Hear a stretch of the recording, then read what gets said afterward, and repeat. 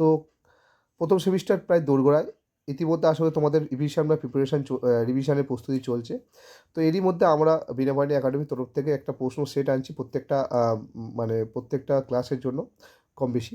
তো এখানে আমরা ইম্পর্টেন্ট প্রশ্ন টেক্সট বই ধরে ধরে ইম্পর্টেন্ট প্রশ্নগুলো আমরা তৈরি করেছি এবং এই প্রশ্নগুলো তোমাদের সঙ্গে আলোচনা করছি।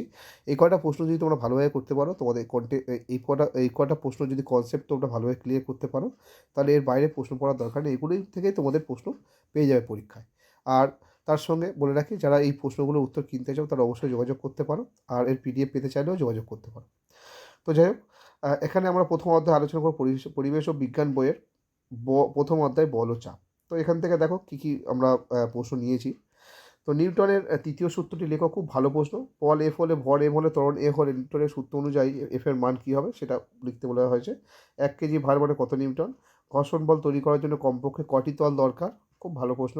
ঘনত্বের এসআই একক, চাপের এসআই একক, বায়ুর চাপ জলকে কত মিটার তুলতে পারে? প্লবতার একক কি? খুব ইম্পর্টেন্ট। তরলের চাপ কোন দিকে ক্রিয়া করে? ইম্পর্টেন্ট। এসআইতে অভিকর্ষজ ত্বরণের মান কি? ইম্পর্টেন্ট প্রশ্ন। ভর গুণ অভিকর্ষজ ত্বরণ সমান কী হবে? খুব ইম্পর্টেন্ট প্রশ্ন, ওজন হবে যদিও। পারদের ঘনত্ব কত গ্রাম পার ঘনসেমি? এই টপিকটা খুব ভালো করে পড়ে এর উপর ভিত্তি করে প্রশ্ন হবে। নৌকা বা স্টিলের বাটি জলে ভেসে থাকে কেন? এটাও ভালো প্রশ্ন। জলে ভাসমান বস্তুর ওজন 12 নিউটন হলে ঊর্ধ্বমুখী প্লবতা কত নিউটন হবে? খুব ইম্পর্টেন্ট প্রশ্ন।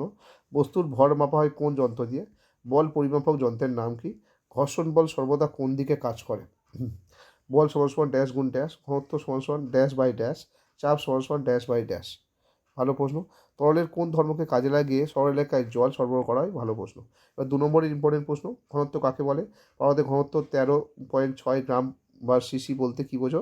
প্লবতা বলতে কী বোঝো? ভালো করে পড়ে নিও এটা টপিকটা।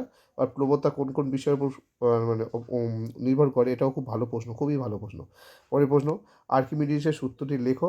একটি পেরেক জলে ডুবে যায় কিন্তু একটি স্টিলের বাটি বা জাহাজ ভাসে কেন? খুব ভালো প্রশ্ন। একটি বস্তু কোনো তরলে আংশিক নিবেদিত অবস্থায় ভাসছে, বস্তুর ওজন ও অপসারিত তলের ওজনের মধ্যে সম্পর্ক কী সেটা লেখো। তো এইটা খুব ভালো প্রশ্ন। তো এই ছিল তোমাদের 1.1 বা তোমাদের প্রথম অধ্যায় বল ও চাপের একটা পার্টের ইম্পর্টেন্ট প্রশ্ন। পরের পার্ট নিয়ে আমার খুব তাড়াতাড়ি দেখা হচ্ছে। তো তোমরা প্রথমবার আমার চ্যানেল ভিজিট করলে অবশ্যই ফলো ও সাবস্ক্রাইব করে নেবে, আর ভিডিওটা লাইক করে বন্ধুদের সঙ্গে শেয়ার করবে।